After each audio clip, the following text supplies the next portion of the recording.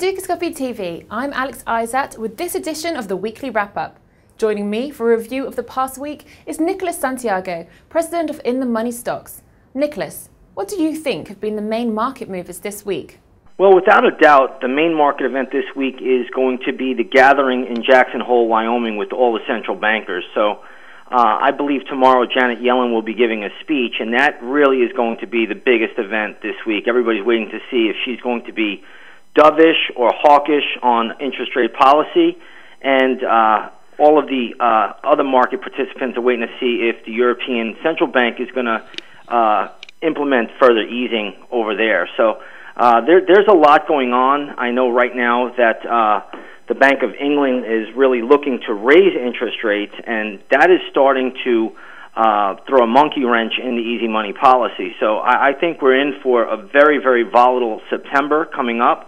And I think this meeting with the central bankers in Wyoming is very, very important. Has there been any currency pairs that have surprised you this week?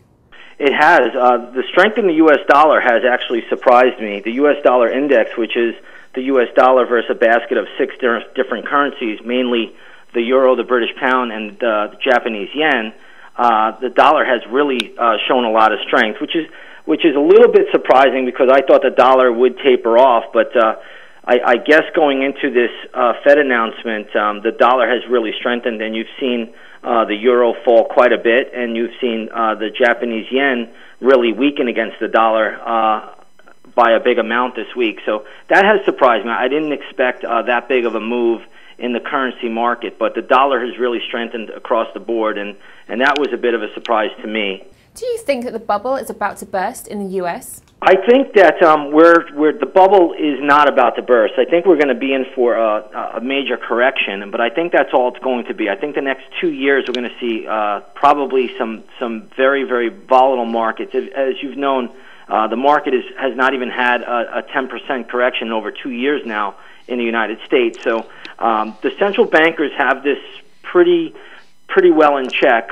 They've been able to continue to use a lot of chatter, a lot of talk, and the market really just believes that low interest rates are here for the remainder of the time. But we're starting to see inflation in food really spike up dramatically. You see that in meat prices, and that ultimately is going to lead to the bubble bursting. But it's going to take some time. I mean, we could be dealing with this for the next couple of years. Canada had a lot of sales figures out this week. Could there be any issue with them due to the fact that the Statistics Office has admitted it got some previous figures wrong?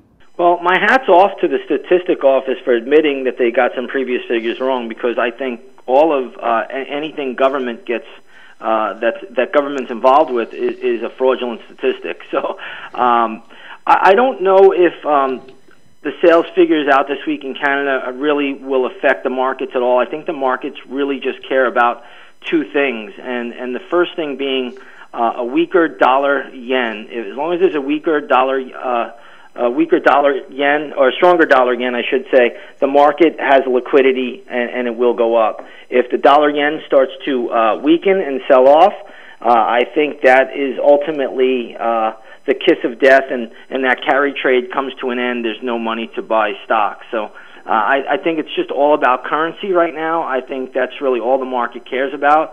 Currency markets dominate everything out there, and as long as there's low interest rates and there's a carry trade to be found, the stock markets, regardless of where the economic data comes out of, whether it's the U.S., Canada, or Europe, the market really doesn't seem to care. Finally, what should our viewers look out for next week?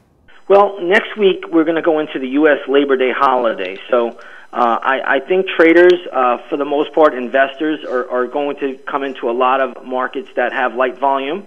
You're going to have a lot of people on vacation. This is really the end of the summer for the market participants.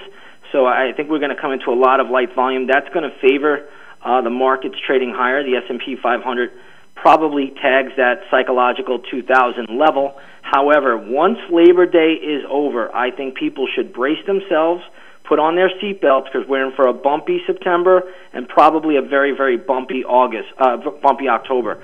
So be very, very careful. Once this Labor Day holiday passes, these markets are going to be in for some severe volatility. Thank you, Nick.